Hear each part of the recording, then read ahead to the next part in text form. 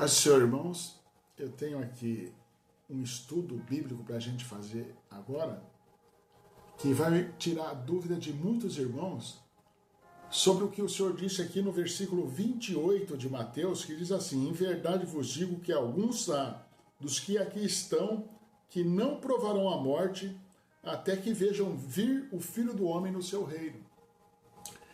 E tem alguns irmãos que não conseguiram entender isso, e nos meios mais religiosos e menos santos, aqueles que seguem mais um sistema religioso, ele chegou a dizer que essas pessoas estariam vivas até hoje, e nada disso é verdade. O Senhor Jesus apresenta o reino dele, para ele dar glória para 3 discípulos dele, e esses discípulos veem o reino do Senhor. Por isso que ele diz que eles não morreriam até ver ele no reino dele. E aqui em seguida, ao versículo 28 de 16, tem a transfiguração que está no capítulo 17. Diz assim: 6 dias depois, tomou Jesus consigo Pedro, Tiago e João, seu irmão, e os conduziu em particular a um alto monte. Esses 6 dias apontam para os 6 anos, para os 6 milênios em que o homem viveria aqui. No 7º dia, o Senhor vai apresentar para eles o reino dele, que é o milênio do descanso, o milênio da igreja, onde o Senhor Jesus reina aqui. Ele reina nesse mundo como rei, e nós o veremos face a face, frente a frente. Amém? Então presta atenção que tem muitas informações importantes que às vezes a gente não percebe. Depois que o Senhor Jesus disse que alguns viriam o reino dele, ele espera os 6 dias, 6 milênios.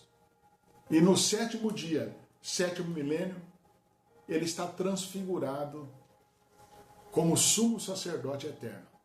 Amém? Então presta atenção aqui, ó.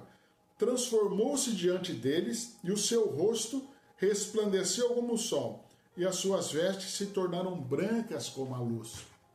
Lá em Apocalipse, no capítulo 1, vai falar dessa figura do Senhor Jesus, com o rosto como o sol e as roupas brancas como a neve. Amém? Então, ali ele já está de sumo sacerdote.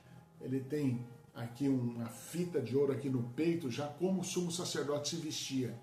Ele agora é o nosso sumo sacerdote eterno. Ele está mostrando aqui o reino dele para esses 3 discípulos. E eis que lhes apareceram Moisés e Elias falando com ele. Olha que informação importante aqui para a gente entender.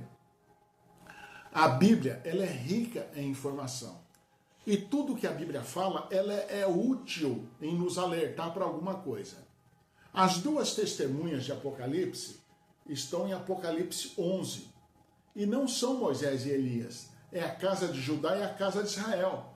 Mas elas operam no poder do ministério de Moisés e do ministério de Elias. É só ler lá, Apocalipse 11, a partir do 3. Em nome de Jesus, vocês vão entender isso lá.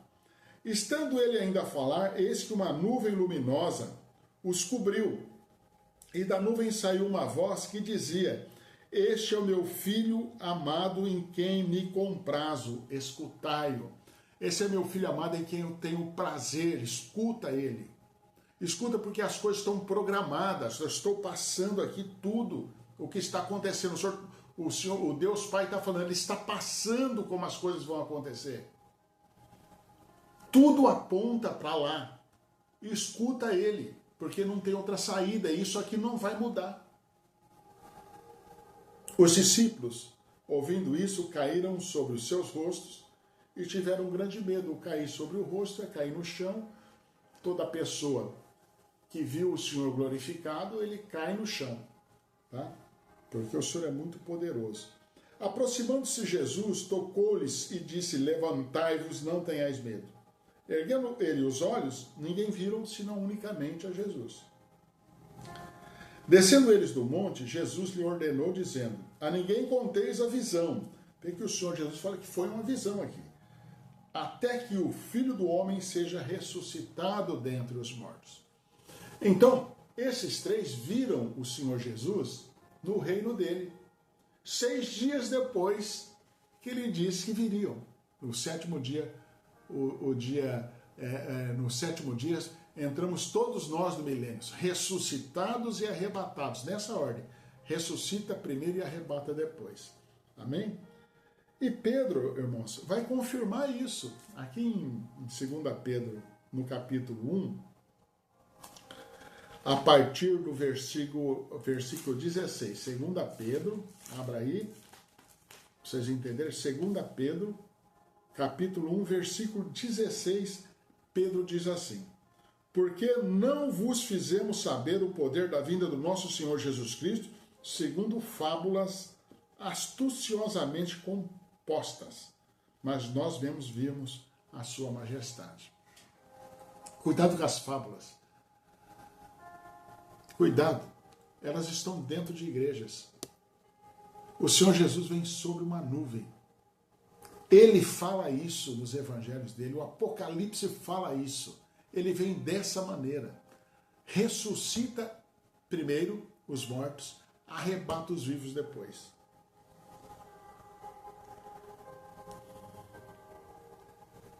Porquanto ele recebeu de Deus Pai honra e glória, quando da magnífica glória lhe foi dirigida a seguinte voz: este é o meu Filho amado, em quem me tenho comprazido, em quem eu tenho prazer.